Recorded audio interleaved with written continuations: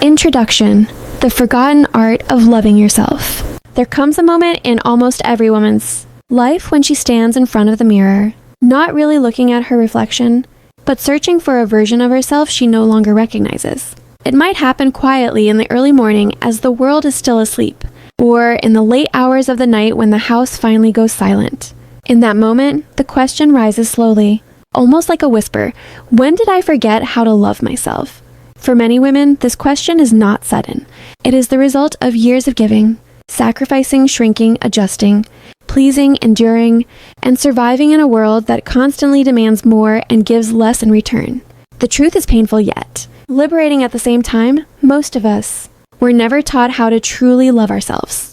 Instead, we were taught how to be useful, how to be polite, how to be quiet, how to be perfect, how to serve, how to forgive, how to endure. Rarely were we taught how to listen to our own voice, how to honor our feelings, how to protect our energy, and how to sit in peace with who we truly are. Self-love has become a popular phrase today. It appears in social media captions, on coffee mugs, in motivational videos, and in hashtags shared millions of times every day. But behind this glamorous presentation lies a misunderstood and deeply neglected truth. Self-love is not about bubble baths, scented candles, luxury shopping, or pretending everything is fine. It is not about posting perfect pictures or convincing the world that you are confident and healed. True self-love is quiet, honest, uncomfortable, and deeply courageous work. It is the act of choosing yourself on the hardest days, of showing up for yourself when no one else does, of looking at your wounds with compassion instead of shame. It is a relationship, the most important relationship you will ever have, and like every meaningful relationship, it requires effort, patience, boundaries, forgiveness, and growth. For many women, the absence of self-love does not show up in obvious ways at first. It often hides behind achievement, overworking, caretaking, perfectionism, or constant busyness. You may be the successful one, the dependable one, the strong one, the one others lean on. Yet inside, there is a quiet exhaustion that never seems to go away. You might find yourself saying yes when you want to say no, smiling when you want to cry, apologizing for taking up space, or blaming yourself for circumstances beyond your control.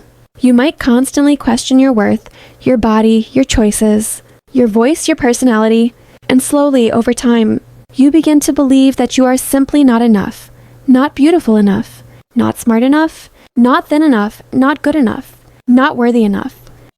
These beliefs do not appear out of nowhere. They are formed through experiences, words spoken or unspoken, comparisons, disappointments, social conditioning, cultural expectations, family dynamics, and personal wounds. A child who is constantly told to be quiet grows into a woman who struggles to speak up. A girl who receives love only when she performs well grows into a woman who ties her worth to achievement. A daughter who feels unseen becomes an adult who searches desperately for validation. A woman who is shamed for her body learns to hate her reflection. These stories are not signs of weakness. They are signs of survival in an environment that did not teach self-acceptance. The journey of self-love, therefore, is not about becoming someone new. It is about remembering who you were before the world told you to forget. It is the path back to your authentic self, and that path is not always comfortable. In fact, it can be messy, emotional, confusing, and even painful. As you begin to peel back the layers of self-doubt, shame, guilt, and fear, you may encounter anger for the first time. You may grieve the years you spent feeling unworthy. You may feel resentment toward people who contributed to your pain. You may feel sadness for the younger version of you who did not receive the love she deserved. This is all a part of healing. These emotions are not failures. They are signs that something deep within you is finally waking up. Imagine a woman named Sarah. She is 35 years old, a mother of 2, a dedicated employee, and a caretaker for everyone around her. On the outside, she looks like she has it all under control. But inside, she feels empty. She hasn't pursued a single dream of her own in more than a decade. When she thinks about doing something just for herself, guilt instantly follows. She tells herself, "It's selfish to think about my needs. Others need me more." And yet, she is constantly tired, irritable, and disconnected from her own body and mind. One evening, after a long, exhausting day, she sits alone and begins to cry, not because of one single incident, but because she has finally realized she has abandoned herself for years. That moment, as painful as it is, becomes the first step of her self-love journey. Self-love does not demand that you fix everything at once. It does not require perfection. It does not ask you to suddenly become confident, fearless, and healed overnight. Instead, it invites you to notice, to become aware, to observe your inner world without judgment, to witness your thoughts, your feelings, your habits, your patterns, your fears, your hopes. Awareness is the beginning of transformation. When you become aware of the harsh inner voice that constantly criticizes you, you can begin to challenge it. When you notice how often you push your needs aside, you can start making small changes. When you recognize the way you speak to yourself, you can begin to introduce kindness into that conversation. This journey is also about rewriting beliefs that have lived in your mind for years. Beliefs like, I am not enough. I'm too much. I don't deserve happiness. I have to earn love. I'm only valuable if I am useful. These beliefs may feel familiar, but they are not the truth about who you are. They are learned stories, and just like they were learned, they can be unlearned, replaced with new truths. I am worthy because I exist. My feelings matter. I am allowed to take up space. I am deserving of rest. I am worthy of love without conditions. The process of learning self-love also involves reconnecting with your body. Your body is not your enemy. It is not something to punish, hate, starve, or judge. It is the home that carries you through life. It deserves respect, nourishment, care, and appreciation. For too long, many women have been taught to see their bodies as objects to be perfected, rather than as living, breathing, feeling parts of themselves. Self-love invites you to look at your body with gratitude instead of criticism, to thank your legs for carrying you, your lungs for breathing, your heart for beating, your hands for holding, your eyes for seeing, your skin for protecting you, your scars for telling stories of survival. This journey also includes learning how to sit with yourself in silence, without distractions, without noise, without external validation. In that silence, you may hear your real voice for the first time. The voice that knows what you want, the voice that remembers your dreams, the voice that has been waiting patiently for you to return. It might be soft at first, uncertain and timid, but the more you listen to it, the stronger it becomes. Self-love does not mean you will never struggle again. It does not mean life will become perfect or that pain will disappear. It means that when pain does come, you will hold yourself instead of abandoning yourself. You will speak to yourself gently instead of cruelly. You will choose rest instead of burnout. You will choose truth instead of silence. You will choose yourself again and again, even when it feels uncomfortable. As you begin this journey, it is important to understand that there is no right or wrong starting point. Whether you feel completely lost, somewhat uncertain, or already on the path of self-discovery, you are exactly where you need to be. Every small step counts. Even choosing to read or listen to this is already an act of self-love. It means something inside you believes that you deserve more. More peace, more compassion, more authenticity, more life. This introduction is not a promise of perfection. It is an invitation to explore yourself without judgment, an invitation to forgive yourself for all the ways you tried to survive, an invitation to breathe deeply and say, I am ready to begin again.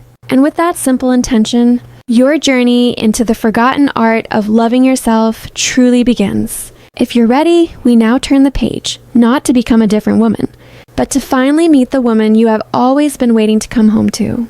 Chapter 1, The Lowdown on Self-Love. Self-love is one of the most misunderstood concepts in modern life, especially for women. It has been transformed into a trendy phrase, a marketing tool, a social media aesthetic, and a shallow idea of external care. When people hear self-love, they often imagine spa days, scented candles, fancy skincare, positive quotes on a wall, or simply thinking good thoughts. But real self-love is nothing like this. In fact, real self-love often begins in the most uncomfortable places, in the moments when you are forced to confront the parts of yourself you've spent years avoiding, hiding, or judging. For many women, the idea of loving themselves feels foreign. It can even feel wrong. Somewhere along the way, you might have learned that loving others was noble, but loving yourself was selfish. That putting everyone else first made you a good daughter, a good wife, a good mother, a good friend, and slowly, without even realizing it, you placed yourself at the bottom of your own priority list. You became the last person to receive care, rest, understanding, and compassion. Over time, this became your normal. You stopped questioning it. You stopped noticing it. You stopped expecting anything different. And yet, deep down, Something inside you knows that this wasn't how life was supposed to feel. There is a quiet longing, a soft yearning for peace, for wholeness, for a sense of being at home within yourself. That longing is not weakness.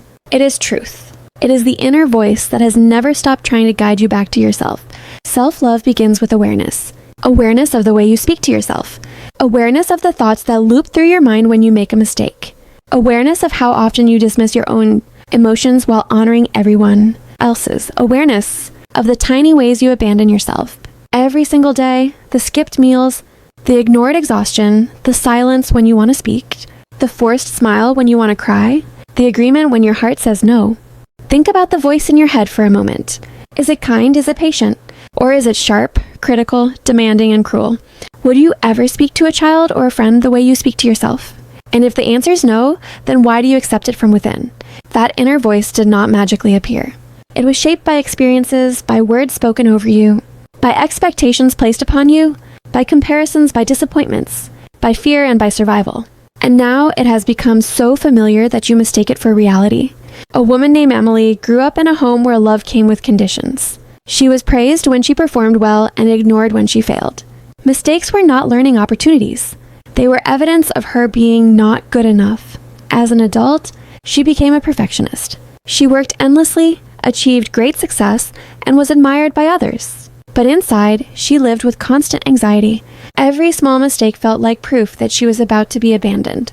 Every moment of rest felt like laziness. She could not enjoy her success because it was never enough. What she really needed was not more achievement. What she needed was self-love. Not the Instagram version of it, but the deep, uncomfortable, healing kind that teaches you to be gentle with yourself, even when you fall. Self-love is learning to sit with yourself in the moments of imperfection and say, I am still worthy. It is learning to hold your own hand through life instead of waiting for someone else to save you. It is learning to say, I am allowed to exist as I am, not as others want me to be. One of the biggest barriers to self-love is the belief that something is fundamentally wrong with you. Maybe you think you are too sensitive, too emotional, too quiet, too loud, too needy, too different. You may spend your life trying to fix yourself, to improve, to adjust, to change, to become more acceptable. But what if the very things you are trying to erase are actually the parts that make you unique, alive, and meaningful? What if nothing about you is broken? What if the only thing that needs healing is your belief that you are unworthy? Self-love does not ignore your flaws. It does not deny your mistakes. It does not pretend you are perfect. Self-love says, yes, I see my imperfections, and I choose not to punish myself for being human. It means taking responsibility for your actions without drowning in shame. It means acknowledging your wounds without identifying with them. It means saying, I am more than what happened to me. I am more than my past. I am more than my fears. Many women were taught to survive by becoming small, by silencing themselves, by blending in, by pleasing others, by avoiding conflict, by controlling emotions, by numbing pain. These survival strategies may have protected you during difficult times, but they also disconnected you from your true self. And now, as an adult, those same strategies may be keeping you trapped, exhausted, and unfulfilled. Self-love is the slow, courageous process of choosing a new way of living, a way that honors your truth, a way that respects your needs, a way that listens to your body, a way that protects your peace, a way that allows you to say no without guilt and yes without fear. Self-love is not about changing who you are. It is about unlearning who you were told to be. Consider how often you seek validation from others. Compliments, approval, praise, recognition. Those things feel good, but they are temporary. They fade quickly, and soon you are searching for more. When your worth lives in the hands of others, you become emotionally dependent on their opinions. A good comment lifts you up. A negative comment destroys you. A compliment makes your day. A rejection ruins your week. That is not freedom. That is emotional slavery. Self-love is the decision to take back your power, to become your own source of validation, to be the one who says, I am enough even if no one else sees it right now. This does not mean you stop caring about others. It does not mean you become selfish or cold. In fact, true self-love makes you more capable of genuine love for others because you are no longer giving to fill an emptiness. You are giving from fullness. When you respect yourself, you teach others how to respect you. When you treat yourself with kindness, you set the standard for how the world should treat you. When you honor your boundaries, you protect your energy, and that is not selfish. That is necessary. Self-love is choosing rest when the world tells you to push harder. It is choosing honesty when silence feels safer. It is choosing growth when comfort feels easier. It is choosing yourself when you have spent a lifetime choosing everyone else. And here is the part no one tells you. Self-love will feel strange at first, unnatural, wrong even. You might feel guilty. You might feel selfish. You might feel like you are betraying others. That is because you are changing an old pattern. You are stepping out of a role you were taught to play. And every change feels uncomfortable before it feels natural. But with every small act of self-respect, something shifts inside you. The way you stand changes. The way you speak changes. The way you breathe changes. The way you look at yourself changes. And slowly, without even noticing when it started, you begin to trust yourself again. You begin to feel safe within your own mind. You begin to feel at home in your own body. You begin to experience a quiet peace that no external success could ever provide. This is the beginning. Not of becoming someone new, but of remembering who you truly are beneath all the noise, all the fear, all the expectations. Self-love is not a destination. It is a daily practice, a commitment, a promise you make to yourself again and again. I will not abandon you anymore. And with that promise, the real journey begins. Chapter 2, Prepare for the Road Ahead. Before any real transformation begins, there is a quiet moment of preparation. It is the moment just before the journey starts, when your suitcase is still open, when your mind is filled with questions, when your heart feels both excited and afraid. Preparing for the road ahead and the journey of self-love is not about planning perfection. It is about preparing your inner world for truth, honesty, discomfort, and eventually healing. Most people imagine self-love as a light, easy, inspirational process. They believe it will feel empowering every day, filled with confidence and positivity. But the reality is different. The path to self-love is not a straight road. It looks more like a winding mountain trail with unexpected turns, steep climbs, slippery slopes, and long stretches where you may feel lost. To prepare for this kind of journey, you must first change what you expect from it. Self-love is not about fixing yourself because you are broken. It is about understanding yourself because you are human. It is not about becoming perfect. It is about becoming aware. And awareness is one of the most powerful and most uncomfortable states a person can enter. Because once you see the truth, you can no longer pretend you didn't see it at all. To prepare for this journey, one of the first things you must accept is that you have been shaped by your past. This is not a judgment. It is not a criticism. It is simply reality. Every word spoken to you, every relationship you experienced, every rejection, every celebration, every moment of shame, every moment of love, all of it shaped you. Some experiences strengthened you, others wounded you, and many you never processed at all. They were stored away deep inside your body and mind, creating patterns you might not even be aware of today. A woman named Rachel always wondered why she panicked when someone didn't reply to her text messages. She would send a message, wait, and if there was no response, her chest tightened. Her thoughts raced. Did I say something wrong? Are they mad at me? Did I do something bad? She felt ashamed of these intense feelings and tried to hide them. But when she began preparing for her self-love journey, she decided to look deeper instead of judging herself. Slowly, she remembered being a child and waiting for her mother, who often arrived late or not at all. That same feeling of abandonment had never left her. It had simply changed shape. The problem was never that she was too sensitive. The problem was that no one had ever taught her that her feelings made sense. Preparing for the road ahead means allowing yourself to be honest about where you truly are, not where you pretend to be, not where you wish you were, but where you are right now in this moment of your life. Are you exhausted? Admit it. Are you angry? Admit it. Are you lonely? Admit it. Are you scared? Admit it. There is no healing that begins with denial. Healing begins with truth. It is also important to understand that self-love may bring up grief. Grief for the childhood you didn't get to have. Grief for the version of yourself you silenced. Grief for the relationships that broke you. Grief for the opportunities you missed while doubting yourself. You might feel sadness for the younger you who tried so hard to be good, to be loved, to be accepted. And that grief is not weakness. It is the beginning of compassion. Another important part of preparing for this journey is understanding resistance. Resistance is the part of you that says, this is too hard. I don't want to do this. I don't need this. I'm fine the way I am. Resistance shows up as procrastination, distraction, denial, or even self-sabotage. It tries to pull you back into familiar patterns because familiarity feels safe. Even pain can feel safer than change. You may suddenly feel the urge to stay busy, to avoid quiet moments, to return to old habits, to surround yourself with noise so you don't have to listen to yourself. This is normal. It doesn't make you weak. It means your mind is afraid of the unknown. Preparing for the road ahead means recognizing that resistance will appear and deciding not to run. Preparing also means creating an environment that supports your growth. You cannot grow in a space that constantly harms you. Pay attention to the people around you. Are they safe? Do they listen? Do they respect your boundaries? Or do they mock your feelings, minimize your experiences, and make you feel small? Self-love sometimes requires distance from toxic conversations, from draining commitments, from people who benefit from your lack of boundaries. This does not make you cruel. It makes you aware. It also means creating space for reflection. A notebook, a journal, a quiet corner in your home, a daily ritual of silence or writing. These small actions are a way of telling yourself, my inner world matters. My feelings matter. My healing matters. As you prepare, begin asking yourself new questions. Not questions that criticize you, but questions that open you up.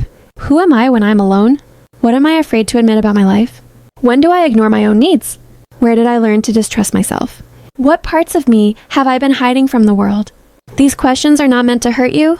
They are meant to guide you back to yourself. It is also important to prepare for the fact that old emotions may resurface. Feelings you thought were gone may return. Memories you buried may rise. You may feel like you are going backward, but this is actually part of moving forward. Healing is not a straight line. It is a spiral.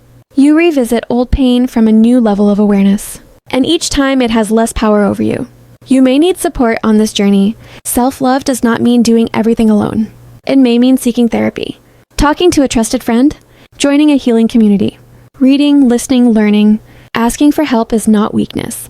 It is one of the bravest acts of self-love. To prepare for the road ahead, you must also release the idea of a final destination. There is no moment where you will suddenly arrive and be completely healed. Self-love is not a finish line. It is a relationship. And relationships are living, breathing, evolving things. Some days you will feel deeply connected to yourself. Other days you may fall back into old patterns. The goal is not perfection. The goal is awareness and compassion. And now, perhaps most importantly, preparing for this journey means forgiving yourself. Forgiving yourself for the times you didn't know better. Forgiving yourself for the mistakes you made in survival mode. Forgiving yourself for staying too long in places that hurt you. Forgiving yourself for not loving yourself earlier. You are doing the best you could with the awareness you had at the time. And today your awareness is expanding. That alone is growth. Picture your journey like a road stretching into the horizon. You cannot see every twist and turn. You do not know what challenges await. But you do know one thing. You are no longer walking away from yourself. You are walking toward yourself. And that changes everything. As you step forward, carry this truth with you. You do not have to become someone else to be worthy. You do not have to earn love. You do not have to shrink to be accepted. You do not have to suffer to be valuable.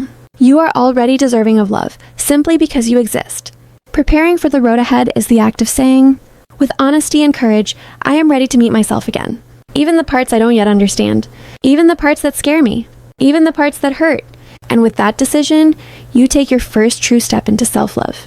Chapter 3, Start Where You Are. One of the biggest mistakes people make when beginning a journey of self-love is believing they must first become better before they are allowed to begin.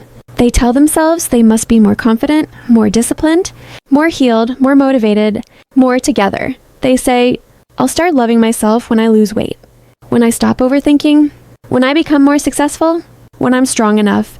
But this belief is actually the very thing that keeps them trapped. Self-love does not begin at the destination.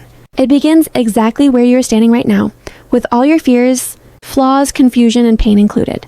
Starting where you are is an act of radical honesty. It means looking at your life as it is right now and resisting the urge to sugarcoat it or hide from it.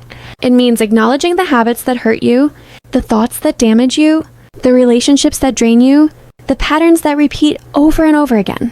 And instead of judging yourself for them, you simply say, this is where I am. And that is okay. There is enormous courage in that statement. A woman named Lily spent most of her life comparing herself to others. Other women looked happier, more successful, more loved, more beautiful. She constantly felt as if she was behind, failing, not doing enough, not being enough. One evening, she sat on her bed holding her phone, scrolling through images of perfect lives, when she suddenly felt exhausted. Not just tired, but deeply, painfully tired. She put the phone down and whispered, "I'm tired of hating myself. This is where I am, and I don't want to live like this anymore." That was not a glamorous moment. There was no celebration, no applause. But it was a powerful moment, because for the first time, Lily chose awareness over illusion. Starting where you are also means acknowledging your emotions without denying them. You do not have to feel grateful. You do not have to feel positive. You do not have to feel motivated. If you feel broken, admit it. If you feel lost, admit it. If you feel jealous, angry, numb, or hopeless, admit it. Those feelings are not your identity. They are messengers. And when you listen to them honestly, they begin to lose their power over you. Self-love is not about replacing all negative thoughts with positive ones. That is unrealistic and harmful. You cannot heal what you refuse to see. You cannot change what you will not acknowledge. If you keep ignoring your sadness, it does not disappear. It just goes deeper. If you keep dismissing your pain, it does not shrink. It grows in silence. So starting where you are means giving yourself permission to feel, to process, and to be real. Another part of starting where you are is recognizing your patterns. Patterns in the people you choose. Patterns in the way you react. Patterns in the way you speak to yourself. Patterns in how you handle conflict. Patterns in what you tolerate and what you don't. Patterns exist for a reason. They were created to protect you, even if today they are harming you. Once you understand this, you can stop seeing yourself as bad and start seeing yourself as someone who learned to survive. For example, maybe you always end up with emotionally unavailable partners. That does not make you foolish or unlovable. Perhaps you grew up with unpredictable love, and now your nervous system believes that instability is normal. Once you recognize this, you don't shame yourself. You gain power. You can gently say, "I see this pattern, and I am ready to choose differently." That is self-love in action. Starting where you are also means being patient with yourself. Healing does not follow your timetable. You cannot force yourself to be okay faster. Some days, you will feel hopeful. Other days, you will feel like nothing is changing. But even on the slow days, progress is happening beneath the surface. Just like a seed growing underground, change is taking place in silence. An important part of this chapter is learning to observe yourself instead of judging yourself. Imagine you are watching a younger version of you, a child version, a teenager version. Would you scream at her if she made a mistake? Would you call her stupid if she felt sad? Would you tell her she is unworthy of love? Of course not. You would hold her. You would guide her. You would reassure her. That same compassion is what you must now learn to give to yourself. Starting where you are means replacing punishment with curiosity. Instead of asking, "What is wrong with me?" you begin to ask, "What is happening inside me right now? What do I need? Where does this feeling come from? What is it trying to teach me?" These are powerful questions. They turn pain into information, fear into understanding, confusion into clarity. As you begin this process, you may notice resistance inside you. A part of you might say, "This is stupid. This won't work. It's too late. I'm too damaged." That voice is not the truth. It is fear trying to keep you safe in an old way. You do not have to fight that voice. You can gently respond by saying, "I hear you, and I'm still moving forward." Another essential part of starting where you are is lowering your expectations of perfection. You do not need to transform your entire life in 1 week. You do not need to fix every relationship at once. You do not need to suddenly become a different person. Self-love grows through small choices, small boundaries, small changes in language, small acts of kindness toward yourself. Today, self-love might be getting enough sleep. Tomorrow, it might be eating when you are hungry instead of ignoring your body. Next week, it might be speaking honestly instead of staying silent. These small decisions are not insignificant. They are the bricks from which a new foundation is built. Starting where you are also invites you to honor your limitations. You are human. You get tired. You get overwhelmed. You get confused. You need rest. You need connection. You need boundaries. Pretending that you don't need these things is part of self-abandonment. Acknowledging them is part of self-love. You may find it helpful during this stage to write, to journal without rules, without grammar, without structure, just raw, real thoughts. Write about your fears. Write about your anger. Write about your dreams. Write about the parts of you no one sees. That journal is not for perfection. It is for truth. And truth is the soil where healing grows. Starting where you are means choosing honesty over image. It means choosing healing over comfort. It means facing yourself instead of running from yourself. And yes, it may hurt, but it is also the first time you are truly standing by yourself. Remember this, The fact that you are here, reading or listening, means a part of you is already choosing love. Even if you don't feel it yet, even if you don't believe it yet, that part of you is real, and it is strong, and it is enough to take the next step. You do not need to find the perfect version of yourself. You only need to meet the real one, and she has been waiting for you. Chapter 4, Find Self-Compassion. There is a silent war happening inside many women. On the surface, life may look normal, even successful.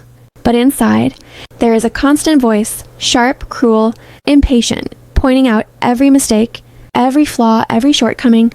That voice is not a stranger. It has lived with you for years. It has commented on your body, your work, your relationships, your emotions, your decisions. It has judged you when you were tired, criticized you when you were vulnerable, and shamed you when you were human. And the tragedy is this. Most people believe that voice is truth, instead of what it really is, an unhealed wound speaking from the past. Self-compassion is the moment that war begins to end. Self-compassion does not arrive with fireworks or applause. It enters quietly. It appears as a pause, a breath, a moment where, instead of attacking yourself, you choose to understand yourself. And for many women, that small shift is more powerful than any external achievement. Imagine how you would respond to a close friend who came to you in tears, overwhelmed, ashamed because she made a mistake or failed at something important. Would you tell her she is useless? Would you say she deserves to suffer? Would you list every flaw she has ever had? Of course not. You would sit beside her. You would listen. You would remind her of her worth. You would tell her that she is still lovable even in her darkest moment. Self-compassion is learning to treat yourself the same way. But for many women, this idea feels unnatural. It might even feel uncomfortable, wrong, or fake at first.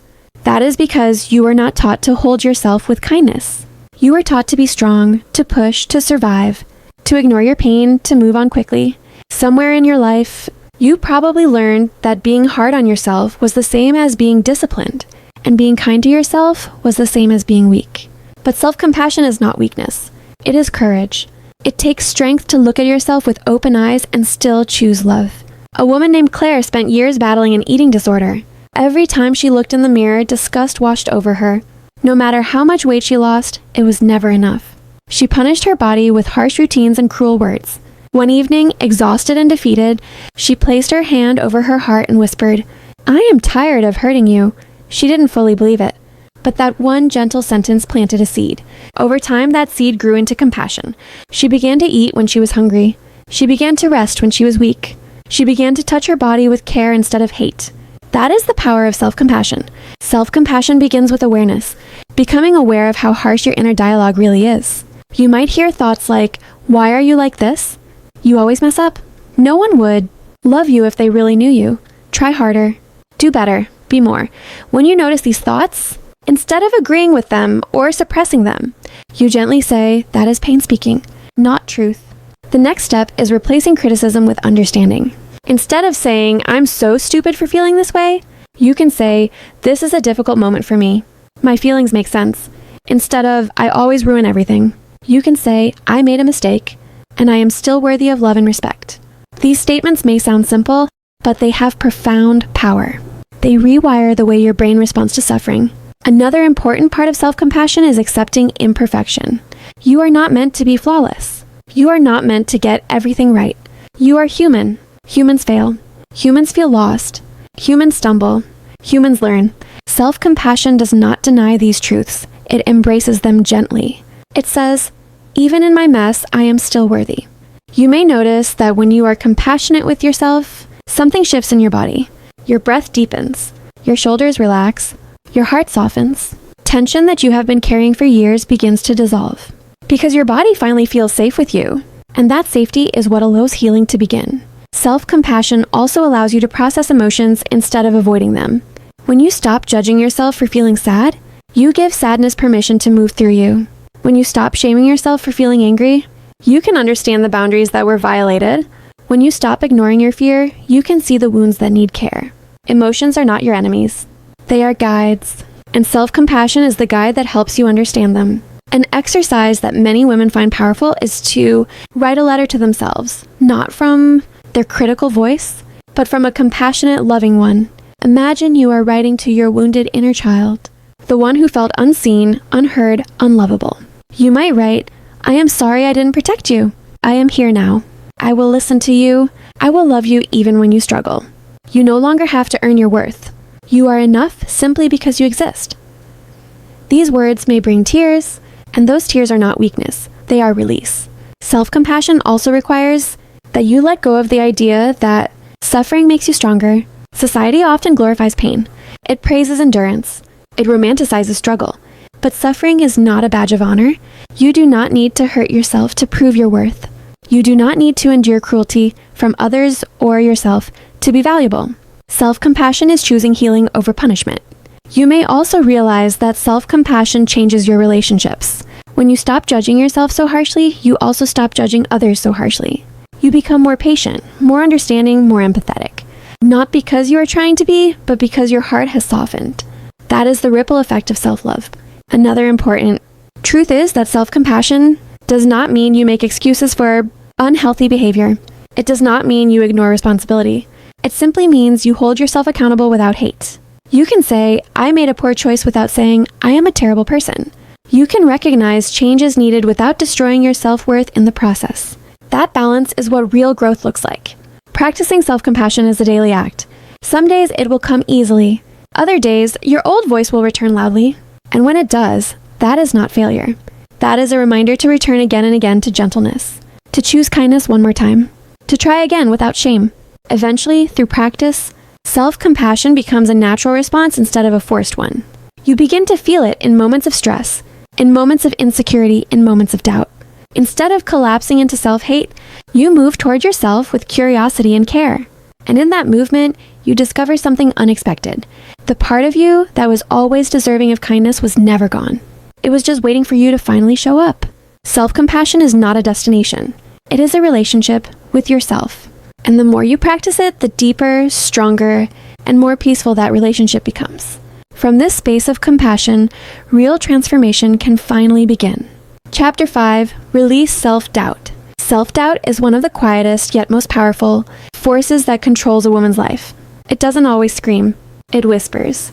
It slips into your mind in subtle thoughts like, "Are you really good enough? What if you fail? What will they think of you? Maybe you should just stay quiet." And slowly, over time, this whisper becomes the voice that decides how much space you take up in the world, how big you allow yourself to dream, and how deeply you are willing to believe in yourself. Self-doubt is not born with you. You are not born questioning your worth or afraid of your abilities. No baby looks at itself and thinks, "I am not enough." That belief is learned. It was formed through moments where you were criticized, compared, ignored, dismissed, shamed, or made to feel small. Maybe someone laughed at your ideas. Maybe someone told you to stay in your place. Maybe you were made to feel that your voice didn't matter. Maybe your mistakes were met with punishment instead of guidance. With each moment like that, a seed of doubt was planted. And over time, that seed grew into a story about who you are. But here is the truth most women never hear. Self-doubt is not proof of your inadequacy. It is evidence of hurt. Once you understand that, you begin to stop fighting yourself and start understanding yourself. A woman named Maria always wanted to start her own small business. She had ideas, creativity, passion, but every time she considered taking the first step, fear and doubt gripped her mind. Who do you think you are? You're not qualified. You'll fail. People will laugh at you. These thoughts didn't come from reality. They came from years of being told she was not the smart one in her family. Even though she was intelligent, capable, and talented, that label had shaped her identity. When Maria finally realized that her self-doubt belonged to her past and not her true self, she began to take small steps forward. Fear didn't disappear, but it no longer controlled her. Releasing self-doubt does not mean it vanishes instantly. It means you stop obeying it. Self-doubt often disguises itself as logic. It sounds reasonable. It says it is protecting you from disappointment, rejection, and failure. But in reality, it is preventing you from growth, joy, love, and opportunity. It keeps you small. It keeps you safe, but also trapped. One of the first steps in releasing self-doubt is separating facts from thoughts. A fact is something that can be proven without emotional interpretation. A thought is a story. For example, "I made a mistake at work" is a fact. "I am a failure and I will lose my job" is a thought created by self-doubt. Learning to recognize the difference is powerful. When you catch yourself in a spiral of negative thinking, pause and ask, is this a fact or is this fear talking? Another important step is challenging the voice of doubt. When that voice says, "You're not good enough," you can gently ask, "Says who? Based on what evidence? Where did I learn this belief? Is it absolute truth, or is it a story I've been carrying for years?" By questioning the critic, you take away its authority. It is also important to understand that self-doubt feeds on comparison. The more you compare yourself to others, the more invisible your own value becomes to you. Social media, society, and even family often encourage comparison. Someone will always appear prettier, more successful, more confident, more loved. But comparison is unfair because you are comparing your behind the scenes reality to someone else's highlight reel. You are comparing your wounds to someone else's mask. And in doing so, you erase everything unique and precious about yourself. Self-doubt shrinks in the presence of self-awareness. Begin to notice the things you do well, the challenges you have survived, the strength it took to get where you are, the kindness you show, the resilience you carry. Write them down if you have to. Read them out loud. Your mind has been trained to focus on your flaws. Now it is time to retrain it to see your strengths as well. Releasing self-doubt is also linked to embracing vulnerability. Many women believe they have to be perfect before they try, before they speak, before they begin. This is a lie. Growth requires imperfect action. You will never feel 100% ready. Confidence does not come before action, it comes after. Each small step you take builds trust with yourself.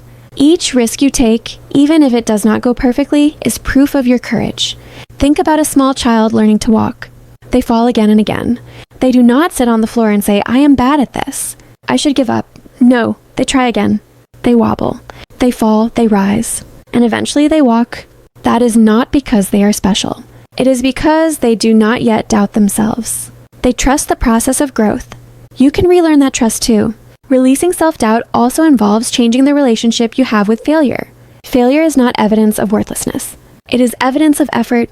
Every successful person has failed more times than you could imagine, but they chose to see failure as information, not identity. You are not your mistakes. You are the one who learns from them. A powerful practice in this stage is self-talk. The way you speak to yourself matters more than you realize. Words are not just sounds. They are instructions to your mind and body. If you constantly speak to yourself with doubt, your body will believe it.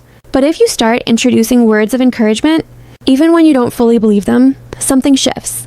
You might begin saying, "I am learning, I am growing. I am allowed to take up space. I can figure this out. I trust myself more today than I did yesterday." These are not just affirmations. They are acts of rebellion against self-doubt. Another important element of releasing self-doubt is understanding that doubt will not disappear completely. Even the most confident people sometimes question themselves. The goal is not a life without doubt. The goal is a life where doubt does not lead, where it is no longer in the driver's seat of your decisions. You may also notice that as you release self-doubt, new opportunities appear. You speak up more. You apply for things you once believed were out of your reach. You walk differently. You make eye contact. You start to become visible in your own life instead of hiding in the background. And that is what self-doubt was always afraid of. Your visibility, your power, your voice, your truth. As this chapter comes to a close, remember this. You do not need to eliminate your doubt before you act. You only need to decide that it no longer gets to make your choices for you. Each time you move forward in spite of it, you weaken it. Each time you choose yourself, you rewrite your story. Self-doubt may have walked beside you for years, but it does not get to define the rest of your life. That power belongs to you. Chapter 6. Build your self-worth. Self-worth is the quiet foundation beneath everything you do, everything you choose, and everything you allow in your life. It is the invisible line that determines how you let others treat you, how you celebrate your achievements, how you respond to failure, and how deeply you believe you deserve love, respect, and happiness. And for so many women, that foundation has been cracked, weakened, or never fully built at all. Most women were not raised to understand that their worth is inherent. They were taught instead that value must be earned.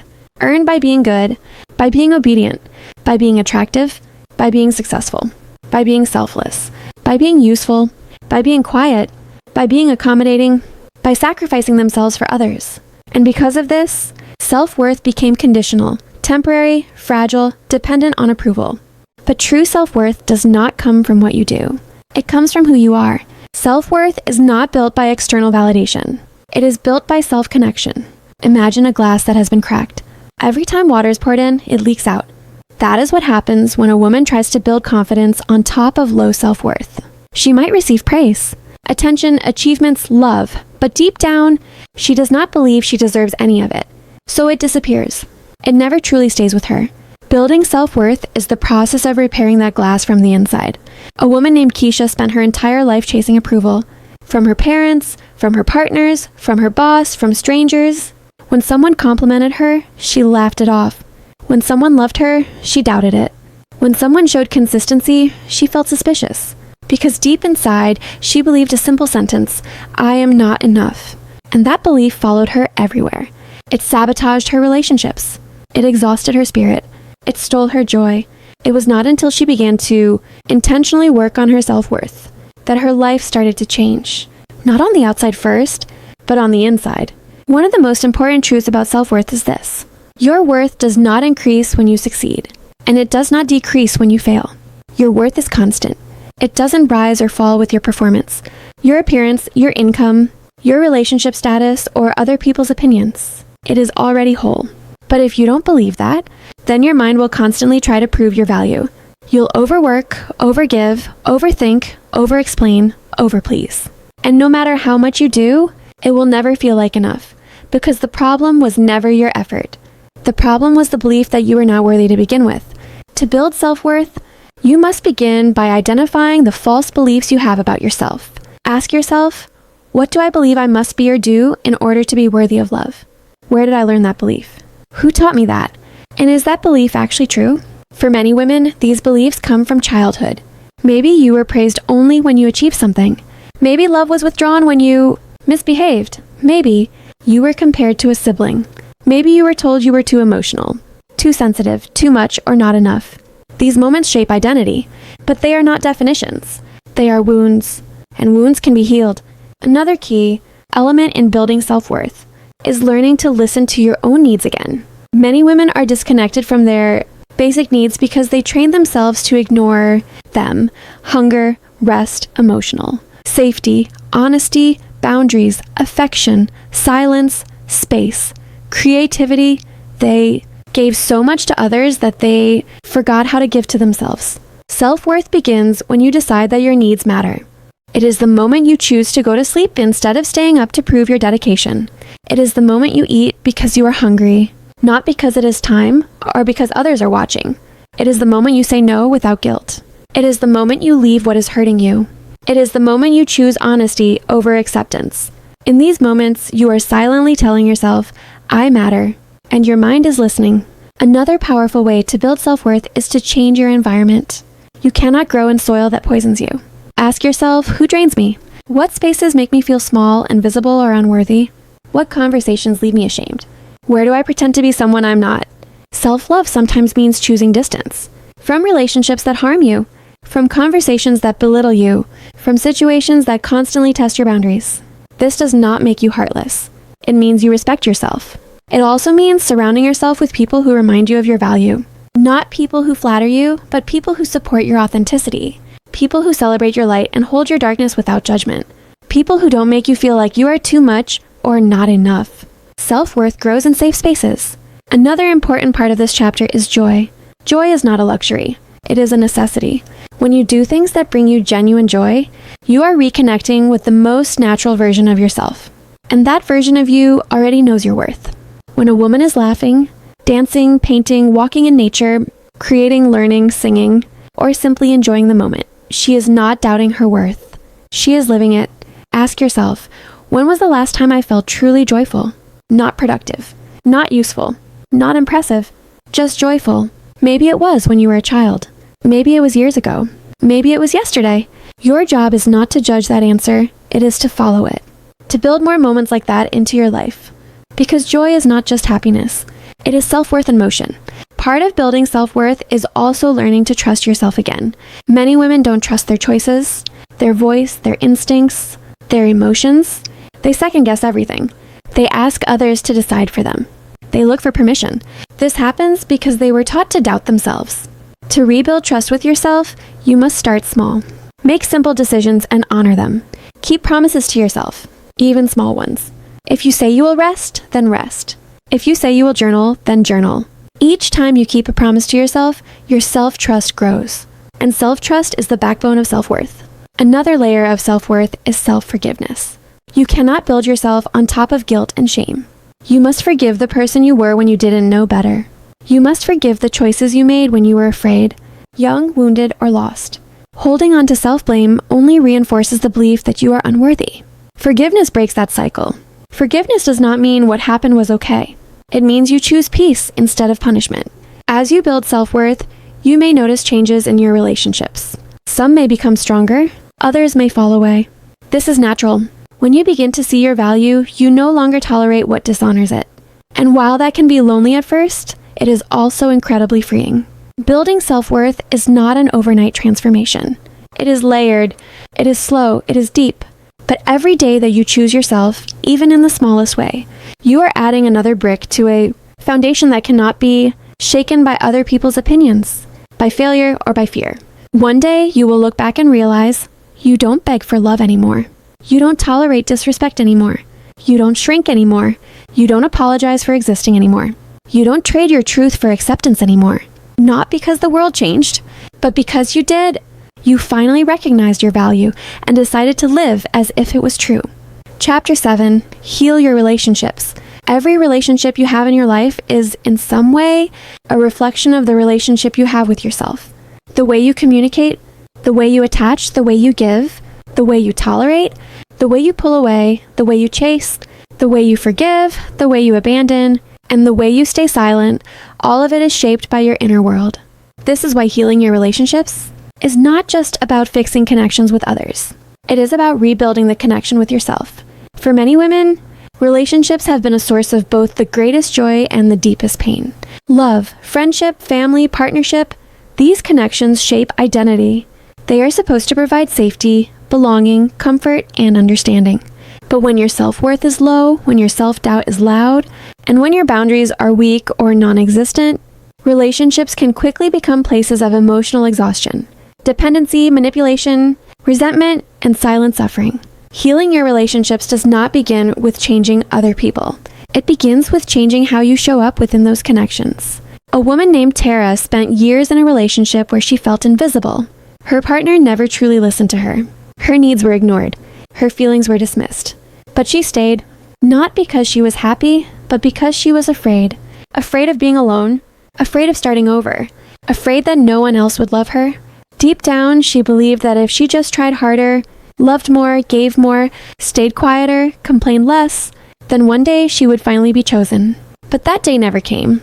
It wasn't until Tara began her self-love journey that she asked herself a powerful question. Why am I willing to accept a love that makes me feel so unloved? That question became the beginning of her healing. Healing relationships requires honesty. Not the kind that is spoken for others, but the kind that is admitted to yourself. You must be willing to see patterns without excuses. Who do you keep choosing? Why? What kind of treatment do you tolerate? How do you react to conflict? Do you speak your truth, or do you swallow it to keep peace? Do you feel safe, or do you feel anxious? Do you feel free, or do you feel trapped? These questions are not meant to create blame. They are meant to create awareness. And awareness is power. One of the first steps in healing relationships is understanding attachment. Many women do not realize that the way they attach to others is directly connected to how love was expressed in their childhood. If love was inconsistent, you might become anxious in relationships. If love was distant, you might avoid closeness. If love was conditional, you may feel you have to earn it. These patterns are not character flaws. They are survival strategies. But now, you are no longer that powerless child. You are an adult who can learn new ways to connect. Healing begins when you stop seeking someone else to complete you. No relationship can fill an internal void.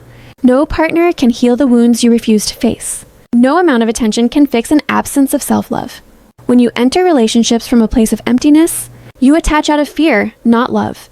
But when you begin to fill your own cup, relationships become a choice, not a need. Another crucial part of healing relationships is learning boundaries. Boundaries are not walls. They are doors. They define where you end and where others begin. They protect your energy. They communicate your worth. They teach others how to treat you. And for many women, boundaries are terrifying because at some point, boundaries were punished. They were called selfish. They were ignored. They were mocked. So you learned that love meant giving up your limits. But love without boundaries is not love. It is self-abandonment. Healing relationships begins when you start saying, "This hurts me. This makes me uncomfortable. This is not okay for me. I need space. I deserve respect." You do not have to scream. You do not have to defend yourself. You simply have to honor your own truth. Some people will respect your boundaries. Others will resist them. The ones who resist them usually benefited from you not having any. Their discomfort is not your responsibility. Your peace is. As you begin to heal, you may notice that certain relationships start to fall away. This can be incredibly painful. Even toxic bonds can feel safe because they are familiar. But sometimes, the most loving thing you can do for yourself is to let go of what is hurting you, even if part of you still loves it. Grief is a part of healing relationships. You may grieve the people who disappointed you. You may grieve the version of love you never received. You may grieve the years you spent trying to fix something that could never change. That grief does not make you weak. It means your heart is processing the truth. Healing also involves forgiveness, but not the kind you rush into. Real forgiveness does not come from pressure. It comes from understanding. Sometimes you forgive others because you finally see their wounds. Sometimes you forgive yourself because you finally see your innocence. And sometimes forgiveness simply means you stop carrying the anger inside your own body. Another part of healing relationships is allowing healthy connections in. When your self-worth grows, your standards change. You begin to crave depth instead of drama, honesty instead of guessing games, safety instead of chaos, peace instead of intensity. And healthy connections may feel unfamiliar at first. They may even feel boring, but what you are really feeling is calm, and your nervous system hasn't recognized it yet as safe. Healthy relationships do not require you to perform. They do not require you to shrink. They do not require you to prove yourself. They allow you to be seen as you are. And at first, that kind of intimacy can feel frightening, but that is the kind of love you deserve. Healing your relationships also means healing how you speak, how you listen, and how you respond. It means learning to communicate instead of shutting down. It means expressing instead of pretending. It means listening not just to respond, but to understand. These are skills, and like all skills, they can be learned. As you grow more connected to yourself, you will also become more aware of the energy in your connections. You will feel when something is wrong. You will feel when something is safe. You will feel when a person is genuine. You will feel when someone is draining you. And instead of ignoring that inner signal, you will learn to trust it. This is one of the greatest gifts of self-love. Eventually, healing your relationships leads to a simple but powerful truth. You no longer fear being alone because you have yourself. And when you stop fearing being alone, you stop clinging to what is wrong.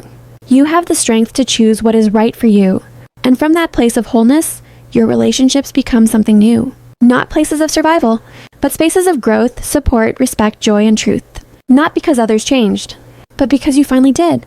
Chapter 8, Embrace Who You Are. There is a version of you beneath the fear, beneath the doubt, beneath the expectations, beneath the labels, beneath the roles, beneath the scars, and beneath the stories you have been told your entire life. That version of you is raw, real, honest, unfiltered, powerful, and whole. And embracing who you are is not about changing yourself into something you think the world will accept. It is about returning to who you have always been before the world told you who you should be. Most women never truly meet themselves. They meet the roles they are expected to play: the good daughter, the supportive wife, the responsible mother, the perfect employee, the strong friend, the nice girl, the quiet woman, the successful woman, the pretty woman, the woman who must hold it all together. Over time, these roles slowly cover the real self like layers of dust. And one day you look in the mirror and realize you don't even recognize the person staring back at you. Embracing who you are is the most radical act of self-love. It means you stop chasing someone else's version of perfection. It means you stop apologizing for your personality, your emotions, your dreams, your body, your voice, your sensitivity, your fire, your softness, your ambition, your need for space, your need for love, your creativity, your stillness, your chaos, your silence, and your light. It means you understand that you were never meant to be anyone else but you. A woman named Elena spent most of her life trying to be acceptable. She changed the way she dressed to match others. She changed her opinions to avoid conflict.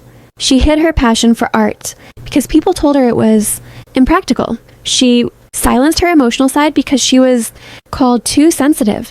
The world slowly shaped her into a version that was easier for others to digest. But inside, she felt empty, lost, disconnected. One day, she stood in front of a blank canvas again for the first time in years. As she painted, tears fell. She was not just creating art, she was meeting herself for the first time after a very long separation. Embracing who you are often begins with grief. Grief for the parts of you that were buried, silenced, shamed, or abandoned. You may grieve the child who was told to be quiet. You may grieve the teenager who was afraid to express herself. You may grieve the young woman who stayed when she should have left. You may grieve the time you tried so hard to be loved that you forgot how to love yourself. But that grief is not meant to break you. It is meant to awaken you, because within that grief is a powerful realization. I am still here, and I am ready to come home to myself. Embracing who you are also requires that you stop comparing yourself to others. Comparison is one of the fastest ways to disconnect from your true self. It makes you question your pace, your path, your beauty, your success, your timeline. But the truth is, there is no one in the world who carries your perspective, your experiences, your emotions, your genius, your story, your wounds, your heart exactly like you do. The world does not need another version of someone else. It needs the truest version of you. And the truest version of you does not require permission to exist. Another part of embracing who you are is allowing yourself to change. You are not meant to stay the same woman forever. You are allowed to evolve. You are allowed to outgrow people. You are allowed to change your mind. You are allowed to rewrite your dreams. You are allowed to become someone you have never been before. But that change must come from within, not from pressure, fear, or the need to please others. When you begin to embrace yourself, you make choices differently. You choose what aligns with your soul, not what pleases the crowd. You choose honesty instead of pretending. You choose meaning instead of approval. You choose peace instead of chaos. You choose growth instead of stagnation. You choose truth instead of comfort. And yes, sometimes that choice will feel lonely, but it will also feel free. Another essential part of this chapter is compassion towards your own complexity. You do not have to be just one thing. You can be strong and soft, confident and scared, ambitious and tired, independent and in need of support, logical and emotional, calm and passionate. Healing is not about becoming perfect. It is about accepting all the parts of you, even the ones that are messy, confused, angry, or afraid. Because embracing who you are means you stop fighting yourself. You stop trying to fix your emotions. You stop judging your feelings. You stop labeling your darkness as weakness. You stop seeing your sensitivity as a flaw. You start treating yourself as a human being, not a problem to solve. This chapter is also about authenticity. Living authentically is not loud. It is quiet and deeply powerful. It is the way you say no when you mean no. The way you say yes when your heart means yes. The way you walk away from what is wrong, even when it is familiar. The way you speak your truth, even when your voice shakes. The way you honor your intuition, even when others don't understand. In those moments, you are not trying to prove anything. You are simply being yourself. And being yourself is enough. When a woman embraces who she is, she stops trying to be chosen because she chooses herself. She stops waiting for permission because she gives it to herself. She stops asking if she is worthy because she knows she is. And something beautiful happens. She inspires others to do the same. Her presence becomes a permission slip for other women to be real, to be honest, to be emotional, to be strong, to be independent, to be soft, to be bold, to be different, to be free. Not because she tells them to, but because she lives it. And this is the final gift of self-love. It does not stop with you. It ripples outward, into your relationships, into your children, into your work, into the world, into strangers who will never know your name, but who will feel your authenticity as safety. Embracing who you are is not the end of the journey. It is the beginning of living it. A life that looks like you, a life that feels like you, a life that honors you, a life that belongs to you. And at the center of that life is a woman who finally understands, I am not too much, I am not too little, I am not behind, I am not broken, I am not lost, I am becoming, I am healing, I am whole, I am me. A final word on self-love. Self-love is not a destination. It is not a finish line that you cross and suddenly feel healed, whole and perfect forever. Self-love is a living relationship. A relationship with yourself that grows, shifts, deepens, and evolves as you do. It is not a one-time decision. It is a daily practice, a daily choice, a daily commitment to treat yourself with the same compassion, respect, and care that you have spent your whole life trying to give to others. And the most important truth you can carry with you from this entire journey is this. You were never meant to become someone new. You were always meant to return to yourself. Through this workbook, through these chapters, through the moments of reflection, discomfort, honesty, grief, courage, and awakening, what you have really been doing is remembering who you are.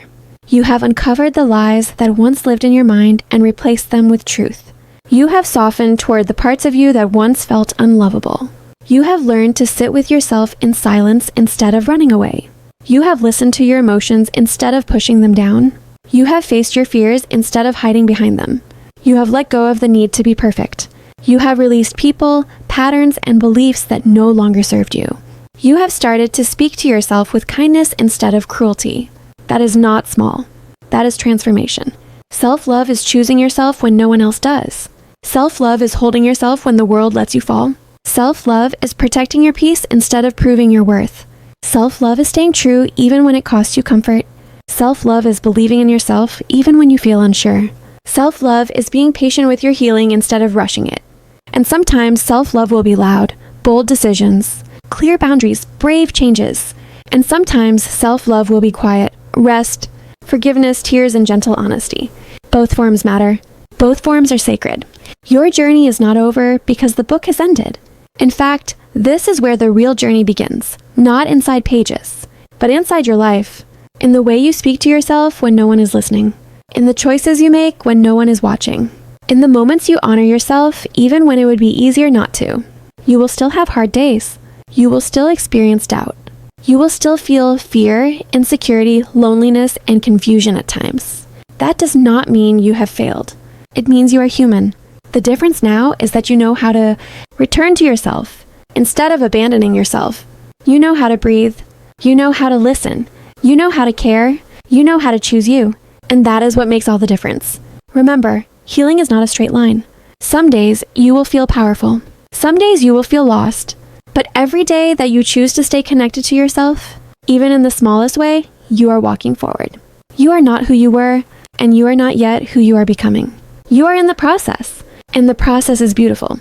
If this journey through self-love, a workbook for women, has touched something inside you, if it has made you reflect, question, feel, and remember parts of yourself you may have forgotten, then let this not be the end. Let it be a beginning. A beginning where you no longer wait for permission to love yourself. A beginning where you no longer shrink to fit into spaces that were never meant for you. A beginning where you honor your voice, your needs, your truth, and your worth. You do not have to have everything figured out. You do not have to be healed completely. You do not have to be perfect to be worthy of love. You simply have to be willing to keep showing up for yourself. Again and again and again. And if today was the first time you did that, then today is already a victory. Thank you for walking this path. Thank you for choosing growth. Thank you for choosing awareness. Thank you for choosing yourself. And most of all, never forget, you are worthy. You are enough. You are powerful. You are loved, starting with you.